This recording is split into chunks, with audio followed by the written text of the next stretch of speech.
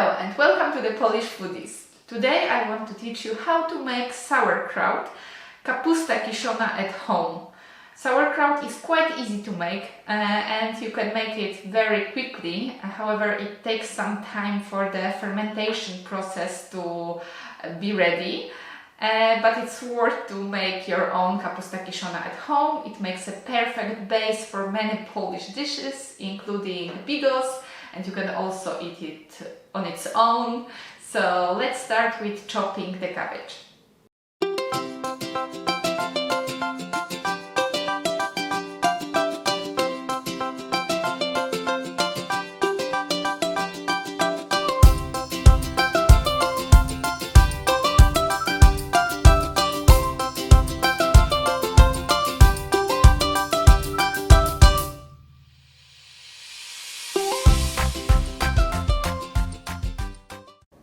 Now, let me show you how to chop the cabbage. So it's best to divide the cabbage into 4 parts.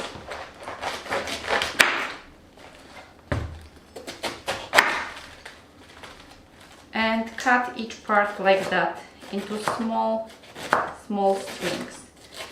You can turn it around a bit because you want your kapusta to be chopped into very small strings, and that's it.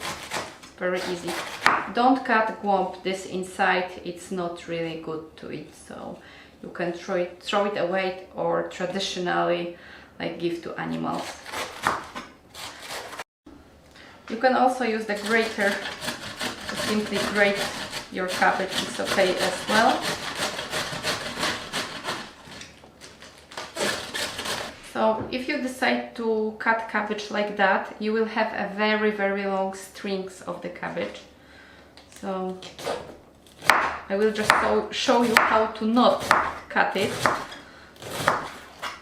So as you can see, this is like the very long one, and when you cut traditionally you have the very short strings, so it's easier to eat when it's short.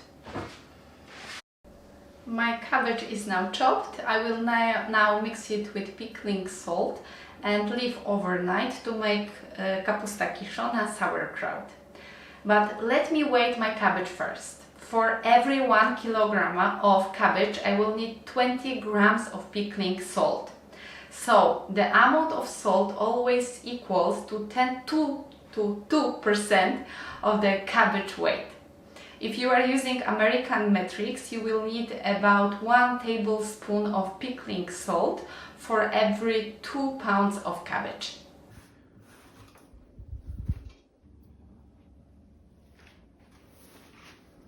So for me it's more than a kilogram, it's 1 kilogram 200 grams, so I will need 1 tablespoon and 1/5 of tablespoon. I will mix it all together with pickling salt, cover the pot, leave it in the cold dark place overnight, and tomorrow I will show you how to make Kapusta Kiszona.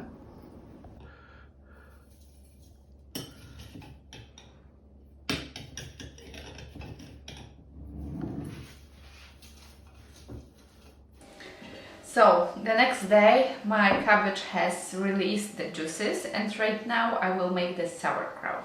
So I will need the clean sterilized jars for that, and what I'm going to do is to place the bay leaf in each jar. I think I will need 1 or 2 jars, but I have 3 just in case, and 2 allspice berries in each. It's not necessary to do it. Cabbage and salt will work just fine. And right now I'm just taking a handful of cabbage, place it inside the jar and press it using my hand. You can also do it using any clean tool you want. And I'm just going to repeat this process, because the process of kneading the cabbage is to make sure that there is no air left inside the jar. You can also add some grated carrot if you want. It's up to you. And after I'm done, it will take for the sauerkraut to be ready about 1 or 2 weeks. So as you can see, there's a lot of juice on the top of each jar, and I will just pour it out for a while,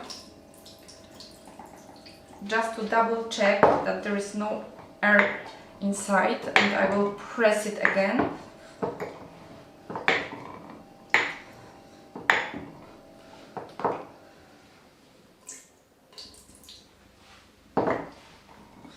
Because the point is to make sure that there is no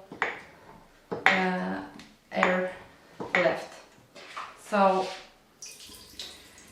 you may think that this cabbage will fit to 1 jar, but I made it in 2 jars in purpose, because when the cabbage is working, it's also like fermenting and the air goes up.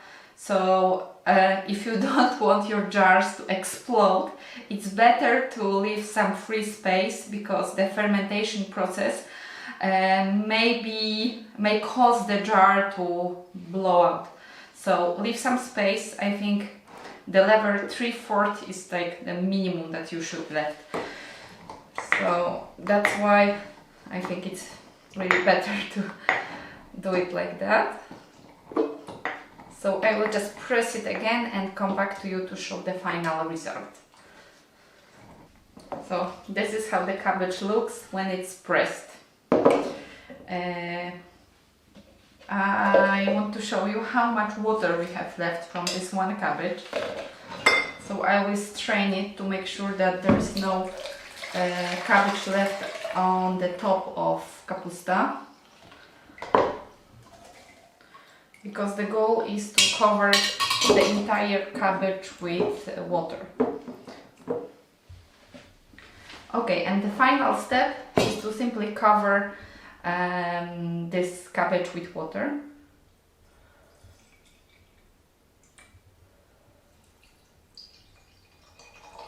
So everything is covered, and one last sip for me, because it's super healthy drink. And that's it. I will just twist off the jars and wait for about a week or 2 for the cabbage to be ready. If you place it in the room temperature, the fermentation process will be faster. If you keep it in the fridge, it will take longer. And that's it. Thank you for watching this video. I hope you enjoyed. The recipe for Kapusta Kiszona, Polish sauerkraut, and many other recipes are available in my top-selling Polish foodies cookbook.